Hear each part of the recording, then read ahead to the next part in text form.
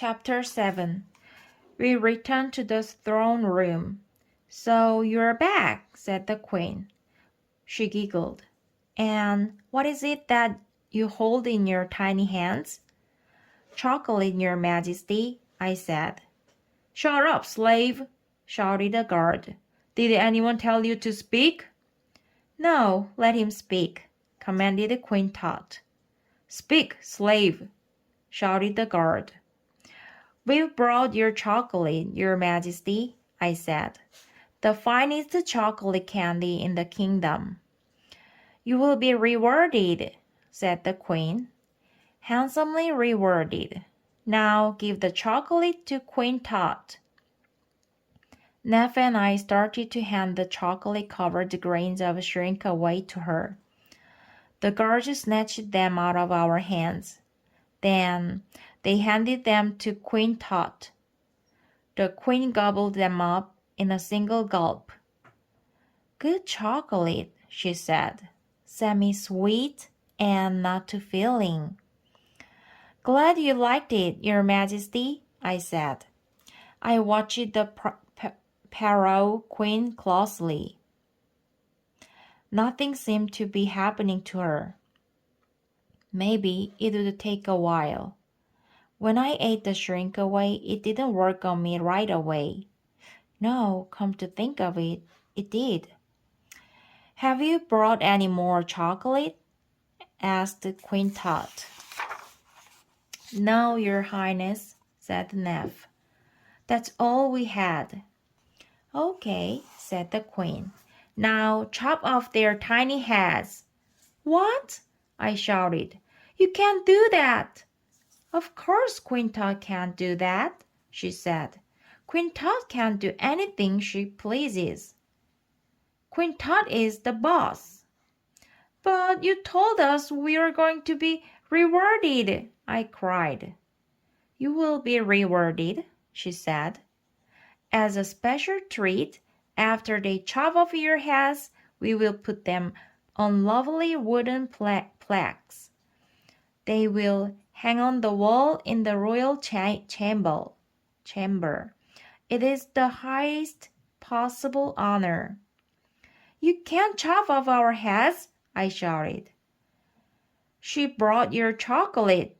We brought your chocolate." "Take them away," commanded Queen Tut. "They are becoming tiresome." The guards grabbed us roughly and began to drag us out. Suddenly, we heard a big belch. It had come from the giant ant queen.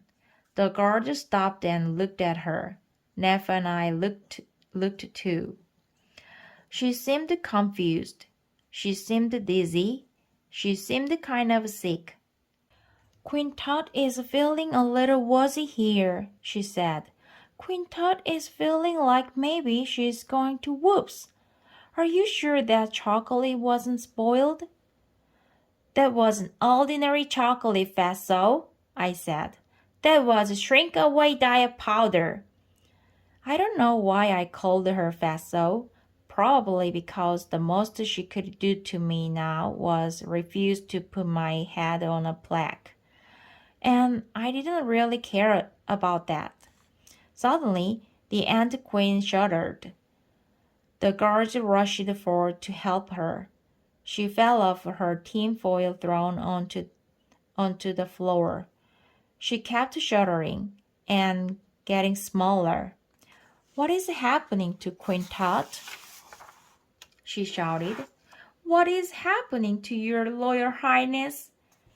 She shook like crazy, and she shrank some more. "Help your Perrault!" she screamed to the guards. "What can we do, your highness?" "Queen Tut doesn't know, but if you cannot help your Perrault, then your Perrault commands you to chop off your own heads, and don't you dare put them on lovely wooden plaques either, or you will be sorry." The guards didn't know what to do. They just stood there as Queen Tut grew smaller and smaller and smaller.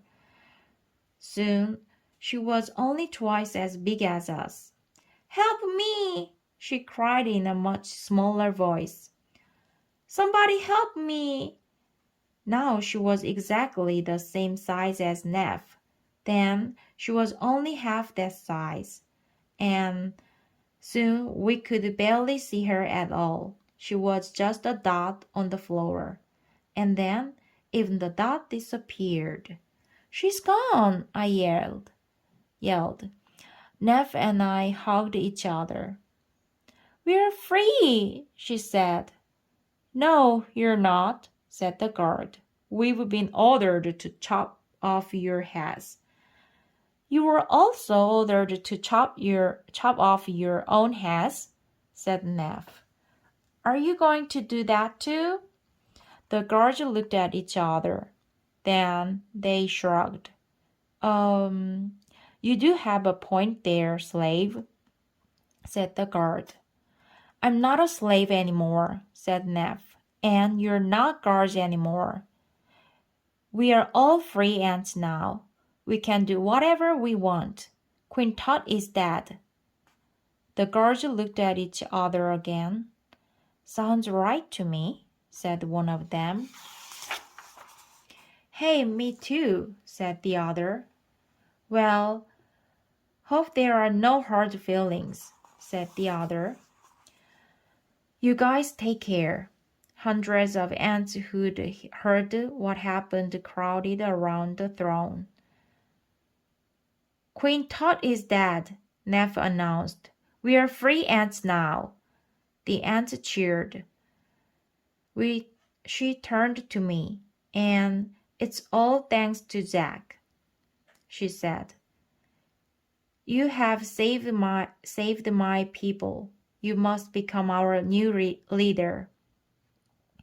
The ants cheered some more. "Zack for Perot!" they shouted. Zack for Perot!" "Oh, no thanks," I said to the crowd. "I'm not even an ant. If anybody should lead your people, it ought to be Nefertiti." The crowd went wild. "Nefertiti for Perot!" they shouted. "Nefertiti for Perot!" "But I'm not big enough to be a queen," said Neff. "I'm only worker size." "Eat the loyal leaf mold," yelled one of the ants. "Well," said Nefertiti, "I suppose I could, but I'd sure have to eat an awful lot of loyal leaf mold to get as big as a queen." "Wait, what was this I was hearing?" I looked Neff right in the eye. "Is that how queens grow to be so big?" I asked. "From the mold on chewed up spit out leaves?" "Well," she said, "it's a special kind of mold. We make it just for queens." I didn't want to get too worked up, but maybe there was hope for me.